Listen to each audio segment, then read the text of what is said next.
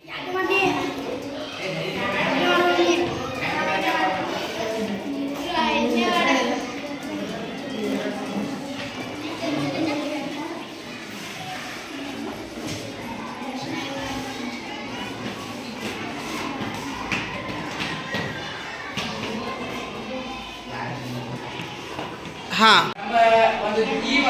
ಗ್ರಾಮದ ಒಬ್ಬ ಜನಪ್ರತಿನಿಧಿಯಾಗಿ ನಾ ಕೇಳ್ತಿರೋದು ಫಸ್ಟ್ ಕ್ವಶನ್, ವಾರ್ಡ್ ನಂಬರ್ 2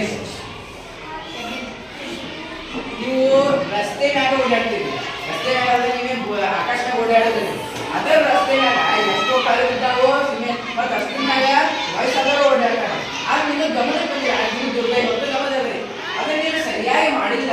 ಮತ್ತು ನಾವು ಅದಕ್ಕೆ 2.5 ಕಿಲೋಮೀಟರ್ ಅದನ್ನ ಪ್ರೂವ್ ಆಗಿಲ್ಲ.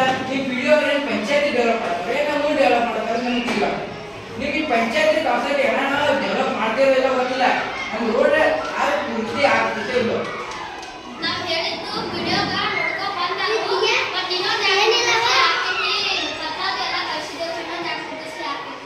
ಸರ್ಕಾರದಿಂದ ಬರೋ ರೊಕ್ಕ ನೀವು ತಗೊಳತ್ತೀರಿ ಇಲ್ಲೋ ಜನರಿಗೆ ಮಾಡ್ತೀರಿ ನಮ್ಗೆ ಗೊತ್ತಿಲ್ಲ.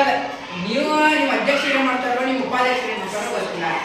ಅದು ನಿಮ್ಮ ಅಧ್ಯಕ್ಷರು ನಿಮ್ಮದು ಯೂಸ್ ಮಾಡ್ಕೋಬೋದು, ನಮ್ಮದು ಯೂಸ್ ಮಾಡ್ಕೋಬೋದು.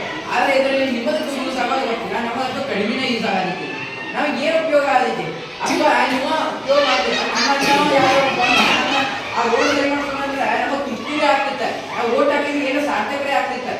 ಅದಕ್ಕೆ ನೀವು ಏನು ಕಾರ್ಯ ನಿರ್ವಹಿಸ್ತಿಲ್ಲ ನನ್ನ ಪ್ರಕಾರ ಇರ್ತೇವೆ. ನಮಗೆ ನೀವು ಕಾರ್ಯ ಸರಿಯಾಗಿ ಆಗಬೇಕು.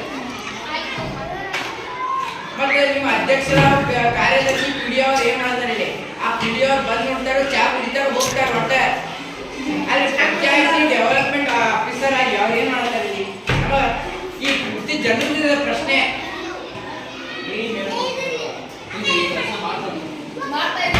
ನಾವು 2.5 ತಿಂಗಳಾಗ್ತದೆ ಸರ್. ಇದನ್ನ ಹೇಳಿ ಅದೇನಾಗಲಿಲ್ಲ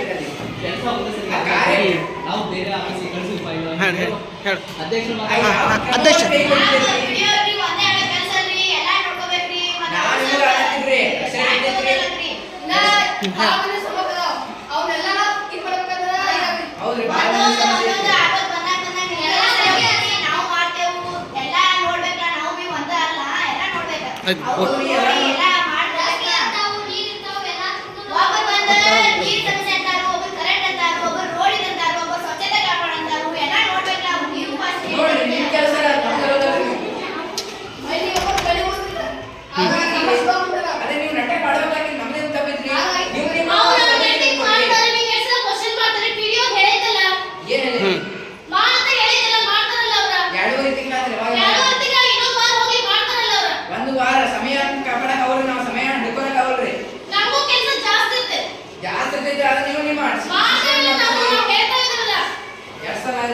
ಸರಿ ಆಯ್ತು.